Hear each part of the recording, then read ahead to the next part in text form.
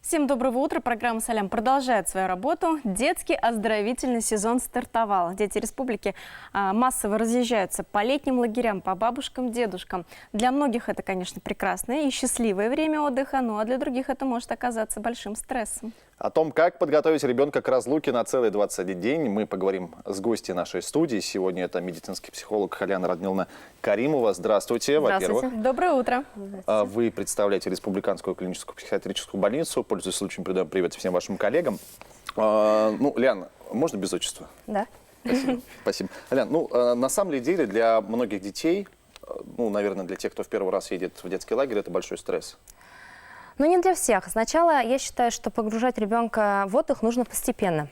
Сначала лучше в младших школьном возрасте, когда еще дети первый раз идут в школьные лагеря, нужно организовать именно их таким образом, чтобы они ходили на лагеря дневного пребывания. Чтобы ребенку было комфортно, уютно. Они знают уже всех воспитателей. Привычная среда. Да, привычная среда, одноклассники, друзья, может быть, братья, сестры и все остальное. Ребенку комфортно, уютно, он начинает понимать, что здесь здорово, что здесь кормят вкусно, с ними играются, мероприятия, ходят на походы. Здесь нет родителей, можно похулиганить немного. Здесь нет родителей, да, где-то в какой-то степени какая-то и самостоятельность.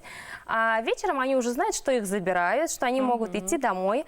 Затем можно также поискать именно такие места пребывания, где семейные лагеря, где также с родителями на пару дней можно поехать, также сходить на походы, какие-то такие мероприятия. Опять у ребенка уже какое-то осознание, что это здорово, что это интересно. Дальше также можно, чтобы ребенок был более самостоятельным, отправлять, может быть, с родственниками, может быть, с друзьями, с одноклассниками на пару дней на выездные какие-то мероприятия. Так ведь лагеря какие-то, может быть, с ночлегом. Тут уже и родители будут более спокойны, родитель научится отпускать своего ребенка какой. Ну и, в принципе, также, если уже... Я сейчас перебью. Вот здесь, Альбин, такой вопрос. Для кого это больше стресс? Для ребенка или для родителей? Да. Больше, наверное, для родителей, нежели чем для ребенка. Потому что ребенок-то, если... Родитель радостно говорит об этом, говорит, мы хотим организовать для тебя классный отдых, чтобы это было полезно и интересно, поэтому мы тебя, например, отправляем в лагерь. Знаешь, у меня были такие вот истории, мы там, например, сжигали костры, танцевали, играли, ходили на походы. У меня столько знакомых, и мы все еще дружим с этого лагеря. Если ребенку будет рассказывать родитель какие-то уже опыт такой перенесенный, то тогда, естественно, ребенку будет легче. А если мама будет суетиться, всегда говорит, переживать. Ой, как ты там будешь, мой миленький. А как ты там, если что, деньги я зашила тебе в трусы. Да. И ребенок будет думать, а может быть там что-то плохое, и мне будет там некомфортно, неуютно, да. Поэтому... То есть, иначе говоря, необходимо ребенку правильно продать идею классного отдыха в лагере. Да, все правильно. Но важный вопрос, а с какого возраста можно отправлять ребенка в такой лагерь? 21 день, да, стандартно отправляют в лагерь. Новое место, новая среда, неизвестный коллектив, про воспитателей мы вообще ничего не знаем. Как там ночевать, чтобы у ребенка и аппетит был хороший, чтобы он не пропускал прием пищи и спал спокойно? Мое мнение, как специалиста, я считаю, что 6, 7, 8 лет еще можно ходить на первый, второй класс, так ведь 8 лет, можно ходить на лагеря дневного пребывания. А там уже с 9 лет уже такая начальная стадия подросткового возраста. Когда хочется свободы. Да, более свободы, самостоятельности, как-то ребенок уже более-менее организован, тогда уже можно будет отправлять. И ребенку будет комфортно при этом, и родителю. Но и родители уже будут оценивать своего ребенка, знать, насколько он подготовлен, так ведь, как он может с другими ребятами общаться. Ну и будет очень комфортно, если ребенка все-таки говорить о ребенке, кто будет воспитателем, чтобы подготовить, чтобы неизвестность не уходил, кто будет воспитателем, какие там будут дети, какие будут мероприятия.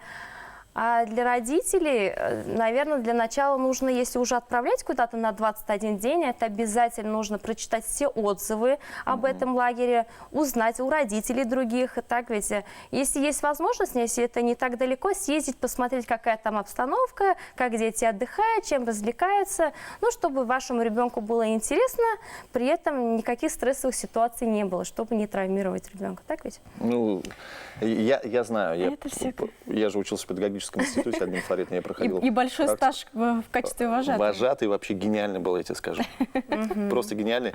Но вот здесь есть два момента, которые я бы хотел сравнить. Есть детские оздоровительные лагеря, которые находятся в зоне доступности, ну, скажем, на территории Башкортостана, да. Мне посчастливилось поработать и на Черном море, где отдыхали детишки из Башкортостана. Вот там, причем, детям было попроще, потому что они понимают, что родители вряд ли приедут, я капризничать не буду. И никто тебя не заберет по первым слезкам, да? Да, поэтому нужно объяснять, опять-таки, настроить себя и ребенка на добрый лад, объяснить, что вожатого нужно слушаться, что вожатый пока исполняет роль родителя, что нужно ее слушаться, если нужна какая-то необходимость, там, например, помощь какая-то, да, по технике безопасности, то что нужно к нему обратиться там, по всем вопросам, чтобы ребенку опять-таки было комфортно. Неизвестно, куда его отправили. А если все-таки, вот, например, ребенка отправили, да, будь то там лагерь, санаторий, ну ладно, минимум, к бабушкам, дедушкам в деревню, и ребенок плачет, хочет, чтобы его забрали. Вот нужно все-таки его сразу забирать и вестись вот на эти там, слезы и капризы? Или все-таки надо научить его перебороть там и как-то, чтобы он прижился в новом месте? Здесь мое мнение такое, смотрите, если ребенок плачет первые 2-3 дня, например, и 4 дня еще как-то допустимо, то это вполне нормально. Ребенок адаптируется к новой среде, но если ребенок продолжает, при этом уже 7 дней прошло, например, да, уже максимум 7 дней прошло, но ребенок начинает все еще продолжает плакать, говорить, что он хочет домой, что ему плохо. При этом не нужно учить ребенка жизнестойкости. Ему еще жизнь научит, так скажем. Потому что ребенок все-таки должен чувствовать именно такой родительский тыл. Безопасность. Безопасность, да. Вот тогда он будет идти уверенно к своим мечтам, быть более уверенным. А вот эта жизнестойкость, там мужчина там говорит, ой, вот будешь мужественнее. Он не будет от этого мужественнее, ему будет, наоборот, легче идти по жизни, если он будет более уверен в своих родителях, что его всегда поддержат, поймут. Поэтому все-таки, наверное, нужно, если есть возможность позвонить, обязательно нужно позвонить вожатому, узнать, какая там ситуация, администрации договориться, узнать у ребенка, какие негативные чувства он испытывает, кто его обижает, не обижает. По возможности приехать, посмотреть, а там уже его, если что, забрать. Потому что не всем, так скажем, детям бывает легко в среде, потому что бывают и дети с особенностями, так ведь, которым очень тяжело социальная адаптация дается, так ведь, или которые наблюдаются у невролога, так ведь. Поэтому... Ну, а вот в отряде такие детишки, они, как правило, белая ворона, а у других детей есть свойство так или иначе подшучивать, что-то еще, поэтому лучше... Да, лучше забирать, чтобы все-таки, да.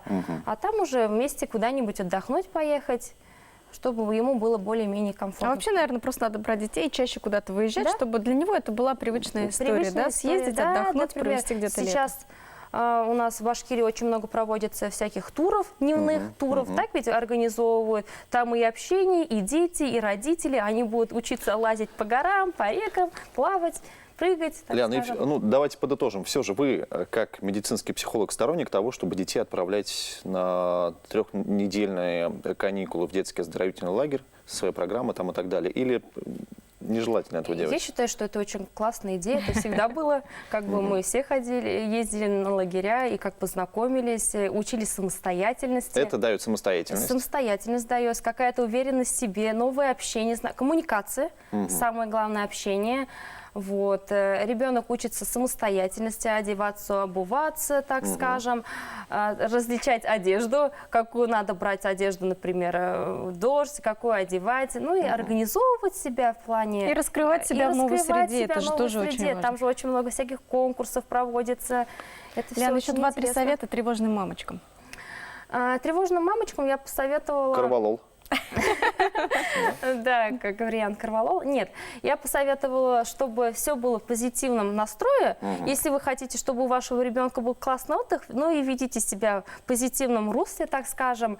Вот также вот узнавайте все отзывы, читайте. Если есть возможность, нужно, не возможность есть, нужно взять телефонные номера вожатых, медврачей, так скажем, медиков, администрации. Если что необходимо будет позвонить, так ведь ребенок, например, ему очень весело, забыла, он забыл, где вообще даже телефон находится. Ну, забыл про родителей. Ну, а мама сидит и тревожит, что же с ним случилось, может, мне никто не звонит. А ну, а вожатые, у них там столько детей в группе, они же не могут за каждого отвечать, звонить. Ну, и опять-таки не надо доставать этих вожатых постоянно. Согласен. Да, Согласен. да, потому что у них и так как бы столько детей, и они просто не будут успевать.